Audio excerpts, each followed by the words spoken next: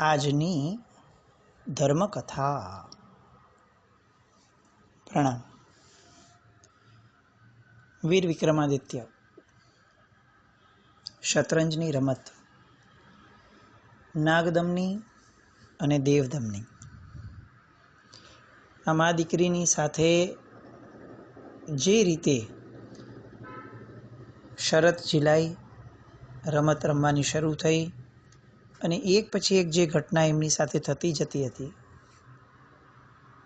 એ ઘટના લોકો માટે કેટલોક ભય ઉત્પન્ન કરનારી હતી. બધાને ખ્યાલમાં હતું કે આ લોકો પાસે કેટલીક માંત્રિક સિદ્ધિઓ છે. શતરંજની રમત રમાય છે ત્યારે ફક્ત 3 જ જણ હોય છે: રાજા, દેવદમની અને એની માતા નાગદમની. શું થતું હશે? કઈ રીતે બધી શુભતાઓ સચવાતી હશે? આવો પ્રશ્ન ઘણી બધી વાર લોકોને થતો. મંત્રી આદિને, રાણીઓને પણ વિવળતા પણ થતી. એવું પણ ન હતું કે એ લોકોએ રાજાને વ્યક્ત નહોતું કર્યું, પણ વિક્રમ એટલો સાહસિક હતો, વિક્રમની પાસે એટલી જબરદસ્ત અંદરની માનસિકતા અને શક્તિઓ હતી કે વિક્રમને ક્યારેય પણ આવો ભય ઉત્પન્ન થયો ન હતો કે હવે શું થશે. ક્ષેત્રપાલની પાસે જઈ અને વિક્રમે કેટલુંક અશ્યોરન્સ અને કેટલોક ઉપાય મેળવી લીધો હતો. હવે વિક્રમ પાસેનું મુખ્ય કાર્ય હતું કે ગમે તેમ કરીને દિવસો ખેંચવા, કમસે કમ એક દિવસ ખેંચી લેવો કે જેના કારણે જે 14મી રાત્રિએ જે થવાનું છે એ વિટનેસ કરી લઈએ અને અમાસની દિવસે જે ઉપાય ક્ષેત્રપાલે કીધું છે એ પ્રમાણે કરી અને રમત રમાય તો એના જીતવાના ચાન્સીસ વધી જાય. એક આખો દિવસ ખેંચવાનો એ વ્યક્તિ સાથે કે જેની સાથે ઓલરેડી એકવાર રમત રમાય અને હારી ચૂકાયું છે. એટલે વિક્રમ હવે પોતાની યુક્તિઓથી શરૂ કરે છે. બીજે દિવસની સવાર પડે છે અને વિક્રમાદિત્ય બેસી જાય છે. અહીંયા દેવદમની જે છે એ એક એક પ્યાદાઓ બધું ગોઠવતી હતી અને એણે મૃદુ સ્વરે, બહુ કોમળ સ્વરે કહ્યું કે મહારાજ, આપને યાદ છે ને કે આપ એક રમત હારી ગયા છો. વિક્રમે વાત કરવાની શરૂ કરી અને બહુ જ સ્માર્ટલી એમની સાથે વાત કરતા કહે છે કે આજથી બીજી રમત શરૂ થાય છે અને જો તમને એવું લાગતું હોય કે પંચદંડની હકીકત જાણવા માટે જ હું આ રમત રમી રહ્યો છું તો તમે મનમાંથી કાઢી નાખજો. પંચદંડની હકીકત મળે તો બહુ સારું, પણ મારો આગ્રહ ફક્ત એટલો નથી કે મને એ જ હકીકત મળે. એટલે દેવદમનીએ તરત જ આશ્ચર્યથી પૂછ્યું કે તો પછી તમે શા માટે આટલી શરત મૂકી લીધી? કારણ કે તમે જાણતા હતા કે આ શતરંજની રમતમાં મારી હું બહુ પાવરથી છું, મારી એમાં શક્તિ સારી છે, તો પછી આપણે કેમ આવી હોડ લીધી મારી માતાએ જ્યારે આપને કીધું ત્યાર પછીથી? એટલે વીર વિક્રમ હસીને કહે છે કે દેવદમની તો બુદ્ધિમતી છે, તું તેજસ્વીની છે, સામાના મનને માપી શકે ને એવી ચપળ પણ છે, અને છતાં પણ તને એવો પ્રશ્ન થાય છે કે હું કેમ રમું છું? દેવદમનીને ખરેખર આશ્ચર્ય થયું. બહુ સહજ ભાવે એણે કહ્યું કે મને ખરેખર ખ્યાલમાં નથી. એ જ સમયે નાગદમની જે ત્યાં જ બેઠી હતી એણે પણ કીધું કે તમે તો એમ જ કહ્યું હતું ને કે મારે પંચદંડની વાત જાણવી છે, એટલા માટે જ રમત રમું છું. અને અહીંયા વિક્રમ વાતને વધારે છે, સમય કાઢવો છે. એટલે કહે છે કે એ વાત તો બરાબર છે, પણ મારે પંચદંડને એક નિમિત્ત બનાવવું હતું. હું તો જાણતો પણ હતો કે તારી કન્યા અતિ કુશળ છે, પણ મેં હારવા માટે જ આ હોડ સ્વીકારી છે. બંનેને આશ્ચર્ય થયું, હારવા માટે કોણ રમે? એ વીર વિક્રમાદિત્ય આવું કે?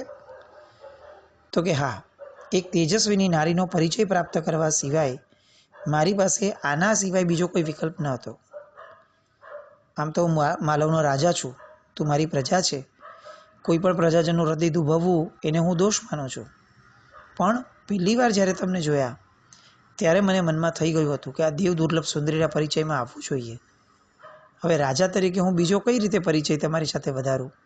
એટલે આ પંચદંડની જે વાત છે એ મને સહાયક થઈ પડી. અને જે રીતે આગળ વાત વધતી જશે, દિવસો વધતા જશે, રમત આગળ વધતી જશે, એમ તમારો પરિચય મને થતો જશે. એટલે સંપર્ક વધારવા માટે મેં આ શતરંજની શરત સ્વીકારી હતી. કેટલી સ્માર્ટનેસ! વિક્રમાદિત્યને મન પંચદંડની વાત જાણવી એનું જ મહત્વ અતિશય હતું. પણ એને ખ્યાલમાં છે કે મારે આજનો દિવસ ખેંચવાનો છે. જો આજે રમત રમાય અને હું 2 વાર હારી જાઉં તો વાત પૂરી થઈ જાય. સતત 3 વાર હારે તો ગમે તેટલા પરાક્રમી હોઈએ, આપણને જ્યાં સુધી એક્સપ્રેશનની એક ગ્રીપ નથી આવતી ને ત્યાં સુધી જીવન થોડું મુશ્કેલ છે.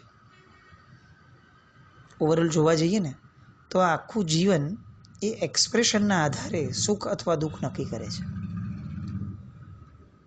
કોઈક જગ્યાએ જે નહોતું બોલવા જેવું એ બોલી લીધું અને દુઃખ ઊભું થયું. કોઈક જગ્યાએ બોલવા જેવું છે પણ બોલતા જ નથી, એનું પણ દુઃખ છે. બોલવાથી કેટલા બધા કાર્યો સરળ થઈ જાય છે. બોલવાથી કેટલી બધી સ્પષ્ટતા થઈ જાય છે કે જેના કારણે સંકલેશો કેટલા દૂર થઈ જાય છે. બોલવાથી જ સંકલેશો ઊભા થાય અને બોલવાથી જ સંકલેશો નાશ પામે. મૂળ અને સૌથી મહત્વની વસ્તુ એ કઈ રીતે બોલવું તે. આપણા આખા જીવનની અંદરમાં બાળપણથી લઈને મોટા થઈએ ત્યાં સુધીના અભ્યાસક્રમમાં કેટલા બધા એક્સ્ટ્રા સબ્જેક્ટ્સ આપણને શીખવાડવામાં આવે. આ ભણો, એ ભણો, વિદેશનું ભણો.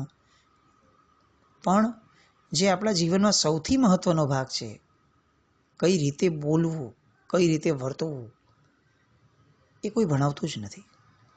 અને આ કમનસીબી છે આ સમયની. ઘણીવાર આજની જનરેશનને જોઈને એવું થાય જ કે આપણે બધા જ આ જનરેશન નબળી છે એવું જાણીએ છીએ, ટોકીએ છીએ, સમજીએ છીએ, પણ કોઈ એક પહેલ નથી કરતું કે ચાલો આપણે સ્કૂલ ઊભી કરીએ. ચાલો સ્કૂલ નથી ઊભી કરી શકતા, આપણી શક્તિ નથી, કંઈ વાંધો નહીં, આપણે કંઈક એવા ક્લાસીસ ઊભા કરીએ કે જેના કારણે આ લોકોને ઘડતર થાય કે કેવું વર્તન હોવું જોઈશે ભવિષ્યમાં, કે જેના કારણે એના જીવનમાં દુઃખ ઓછા આવે, જેના કારણે ડિપ્રેશનમાં ન જાય. આપણને ધર્મ શીખવાડવાની એટલી બધી ઉતાવળ છે ને એટલી બધી એક જરૂરિયાત દેખાય છે. વસ્તુ સારી છે, પણ સાથે સાથે એને જીવનના પાઠો કેમ નથી શીખવાડવા? સંકલેશ ન થાય એવું કેમ નથી શીખવાડવું? કઈ રીતે કોની સાથે બોલાય, ક્યાં ચૂપ રહેવાય, ક્યાં બોલવું જોઈએ, આવા બધા ભેદ એને કેમ નથી સમજાવતા? અને પછીથી એમ આપણે કહીએ કે એ લોકો બગડેલા છે, તો એ સુધરે એવી કોઈ તક જ આપણે નથી આપી. આખા સમાજે આ વિચારવા જેવું છે. વિક્રમાદિત્ય સરસ સરસ વાતોથી સમય ખેંચી રાખે છે, પણ વિક્રમાદિત્યની સાથે આ વાતો કરવા દ્વારા દેવદમનીને હવે એક પ્રીત બંધાય છે અને એ પ્રીતને વિક્રમાદિત્ય પોષણ આપે છે. એ સંકોચ પામે છે, શરમ પામે છે, લજ્જા પામે છે, કારણ કે એના મનમાં પ્રેમ પાંગરે છે. અને વિક્રમાદિત્ય જેને ઓલરેડી 29 રાણીઓ છે, પણ એના લક્ષ્યને પ્રાપ્ત કરવા માટે જે પણ કરવું પડે તે બધું જ કરવાની તૈયારી સાથે વિક્રમાદિત્ય જીવતા હતા. રમત શરૂ થઈ. વાતો તો ઘણી થઈ, પણ રમત શરૂ થઈ. વિક્રમાદિત્યએ ગમે તેમ કરીને આ બંનેના મનમાં, માતા અને પુત્રીના મનમાં એવું ઠસાવી દીધું કે વિક્રમાદિત્ય એ પંચદંડ માટે નહીં, પણ આ દેવદમનીને જીતવા માટે, દેવદમનીનું હૃદય જીતવા માટે એની સાથે લડે છે. એટલે આ લોકોને ફરી એવું લાગવા લાગ્યું કે વિક્રમાદિત્ય જીતે તો સારું, કારણ કે જો વિક્રમાદિત્ય જીતશે તો દેવદમનીની હારે એને પરણવું પડશે. જે આશયથી રમત શરૂ થઈ હતી કે વિક્રમાદિત્યને હરાવવો છે, એ આશય ફક્ત વિક્રમાદિત્યની આ મીઠી વાતોના કારણે બદલાતો ગયો. અને હવે બંનેના મનમાં એવું થતું ગયું કે ભલે રમત ખેંચાતી, કશો વાંધો નથી, ઉપરાઉપરી 3 વાર હાર થાય તોની જ વાત છે ને, રમત ખેંચાવા દો. એક રમત કદાચ વિક્રમાદિત્ય જીતી પણ જાય, શું વાંધો છે? આ હતું વિક્રમાદિત્યનું ખરું બળ. રમત આગળ વધી, પ્રારંભ થઈ ગયો, પણ સાંજ સુધીમાં બહુ મોટો ફરક ન પડ્યો. કોઈનું મોરું ગયું જ નહીં, કોઈની ચાલ એવી સફળ જ ન થઈ, કારણ કે બંનેનું મગજ કંઈક બીજે હતું. રમત અધૂરી રહી અને નાગદમની હવે વાત કાઢે છે કે કૃપાનાથ, આવતીકાલે મારી કન્યાને થોડું કામ છે, એટલે આપણે આવતીકાલે રમી નહીં શકીએ. વિક્રમાદિત્ય તો સહર્ષ સ્વીકારી લે છે કે ભલે આપણે પરમ દિવસે રમશું. આવતીકાલે મારે પણ રાજ્યના કેટલાક કામો છે, એ કામો હું પતાવું. કોઈને કંઈ શંકા નથી, બંને વિદાય થયા. પણ દેવદમની વિચારગ્રસ્ત થઈને ગઈ છે. આ બાજુ ક્ષેત્રપાલ માટે નૈવેદ્યની સામગ્રીઓ આવી ગઈ, રથ ગોઠવાઈ ગઈ. વિક્રમાદિત્ય બધી રાણીને મળવા જાય છે અને ક્ષેત્રપાલ પાસે બધાને સાથે લઈ જઈને નૈવેદ્યનો થાળ ચડાવે છે. બીજે દિવસની સવાર થઈ. આજે સિંધુકુમારી લીલાદેવી એના આવાસમાં, એટલે 29 રાણીમાંની એક રાણી, એના આવાસમાં વિક્રમાદિત્ય હતા. તરત નીચે ઉતર્યા. સંગીતની સુરાવલી સાથે રાજભવન આખો રસ તરબોળ હતો.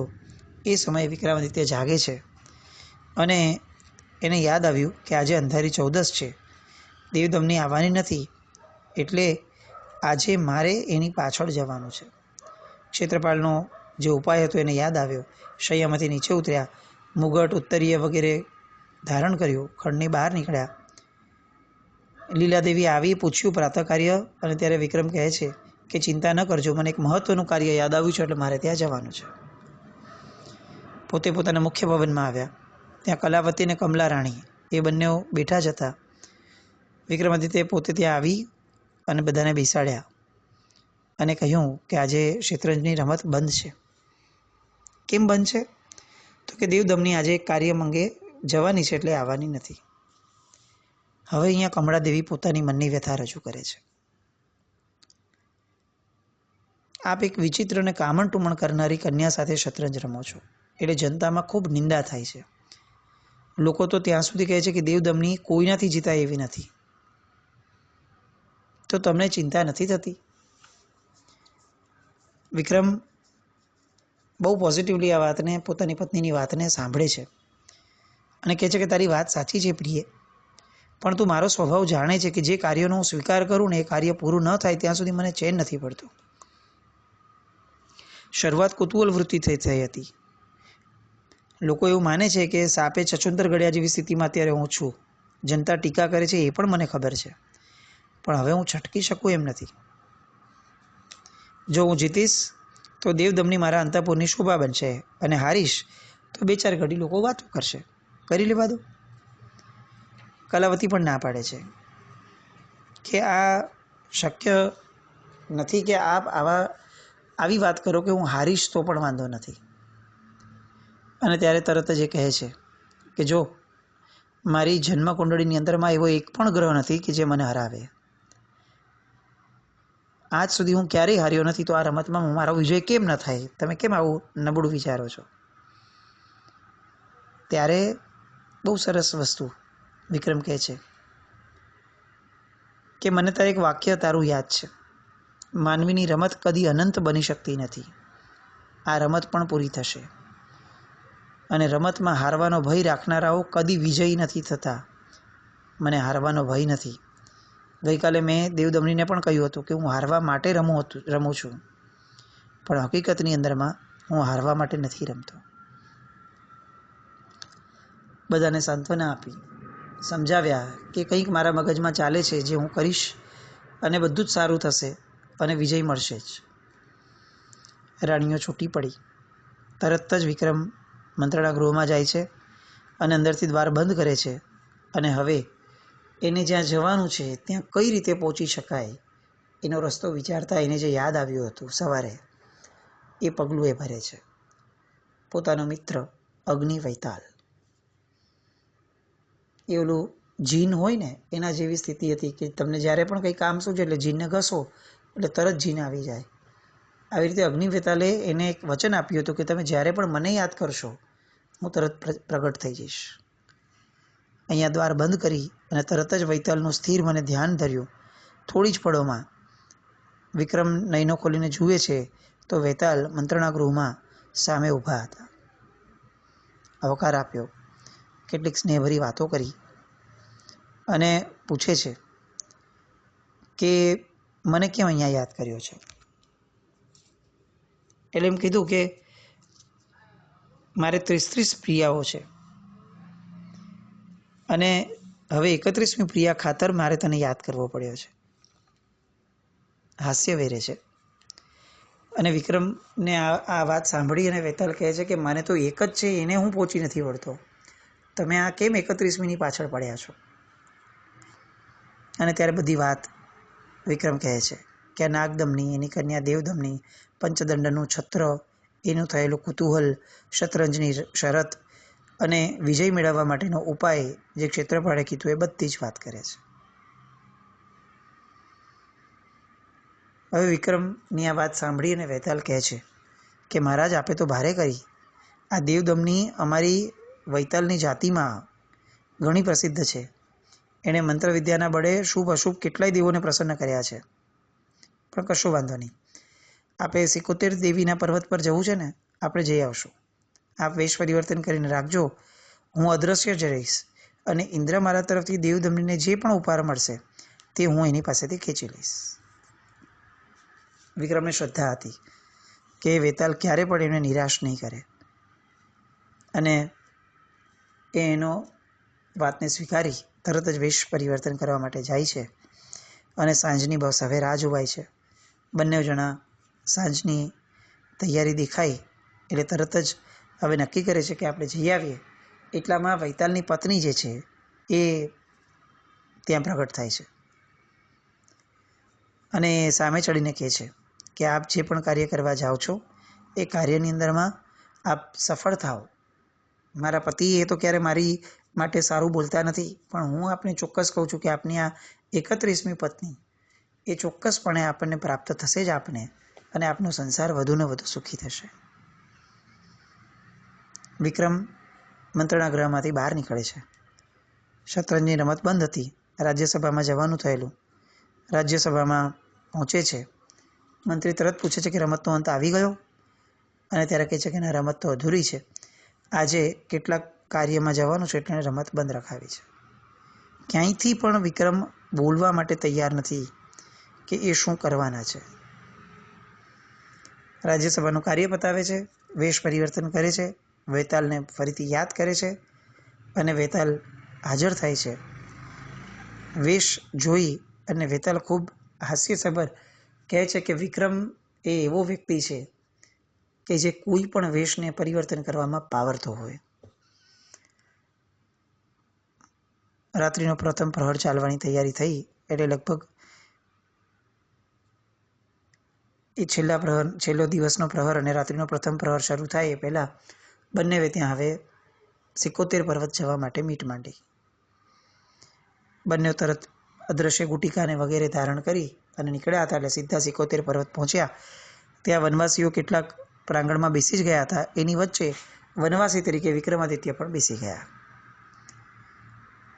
વિક્રમે નજર કરી તો દેવદમની ત્યાં 4 સુંદરીઓ સાથે એક તરફ બેસી ગઈ હતી. ઉત્તમ વસ્ત્રો વગેરે ધારણ કર્યા હતા. સુંદર રૂપ એનું ખીલી રહ્યું હતું. કોઈ સમ્રાટને ત્યાં પણ ન હોય એવા ચમકતા વસ્ત્રો એણે પરિધાન કર્યા હતા. દેવદમની એ ખરેખર દેવ કન્યા લાગતી હતી. એના અપૂર્વ રૂપ ઉપર વિક્રમને મોહ થયો. વિક્રમે જોયું કે સભા મંડપ પણ ઘણો વિશાળ છે. ચારે તરફ દિવ્ય પ્રકાશ ફેલાવતી દીપમાલિકાઓ ઝળહળી છે અને એની તરત નજર ગઈ 71 માતાની ભવ્ય પ્રતિમા તરફ. મણિરત્નની પ્રતિમા, જબરદસ્ત તેજ. એનો પૂજારી વયોવૃદ્ધ હોવા છતાં પણ સશક્ત લાગે એવો. બીજી બાજુ ઇન્દ્ર મહારાજના મિત્રો અને તેમની પત્નીઓ આવી ગયેલા. સૌએ પોતપોતાની બેઠક લીધી અને દેવેન્દ્ર પોતાની પ્રિયા સાથે દ્રશ્ય બન્યા એટલે તરત જ અપ્સરા જેમ આ દેવદમની જે છે એ ત્યાં હાજર થઈ. 1001 દીપકની આરતી ઉતરી. વાદ્ય મંડળી વાદ્ય વગેરે વગાડતી હતી આરતી પૂરી થઈ, દેવની સ્તુતિ થઈ અને તરત જ 1 ઘટિકાની આસપાસમાં સ્તુતિગાન પતી એટલે તરત નૃત્ય શરૂ થયું, દેવદમનીનું નૃત્ય. ગાંધર્વ લોકના વાદ્યકારો પણ એ અપૂર્વ રાગિણી શરૂ કરી અને આ જે નૃત્ય છે એને મુગ્ધ થઈને બધા જાણે જોઈ રહ્યા હતા. પદ્મરુજા નામની રાગિણી જે વિક્રમથી સમજાતી નહોતી એ રાગની અંદરમાં આ સ્વર લહરી દેવતાઓ ગાઈ રહ્યા હતા. દેવદમની અંગમરૂડ, હાથની મુદ્રાઓ, ભાવની અભિવ્યક્તિ, તીર્છા નયન, યૌવન છટા આ બધા દ્વારા 16 કળાએ ખીલીને નૃત્ય કરતી હતી. નૃત્ય લાંબુ ચાલ્યું. દેવદમનીએ ઇન્દ્રને નમન કરી છેવટે ત્યારે ઇન્દ્રએ પુષ્પમાળા એના તરફ ફેંકી. અગ્નિવેતાલ જે છે એણે તરત જ ઝીલી લીધી અને સામે પડેલા કરંડિયાની અંદરમાં એને મૂકી દીધી. એ પછીથી ફરી બીજા નૃત્યનો ભાગ શરૂ થયો. ફરીથી એવું જ નૃત્ય વનવાસીઓ પણ બધા મુગ્ધ થઈને જોઈ રહ્યા હતા. એ અભિનવ નૃત્ય પત્યું. ઇન્દ્રએ રત્નજડિત નુપુર હાથમાં લઈ અને દેવદમની તરફ ઉછાળ્યું. એ પણ વેતાલે ઝીલી લીધું અને કરંડિયામાં મૂકી દીધું. ત્રીજું નૃત્ય શરૂ થયું અને એમાં પણ સરસ સરસ બધી વાતો, નૃત્યના ભાવો વગેરે થઈ રહ્યા હતા. ચોથો પ્રહર પત્યો અને છેવટે નૃત્ય પૂરું થયું. સુવર્ણની એક દાબડી એને આપી અને એક પાનનું બીડું એમાં મૂકી અને એ પણ એને આપ્યું. એ પણ વૈતાલે લઈ લીધું અને કરંડિયામાં મૂકી દીધું.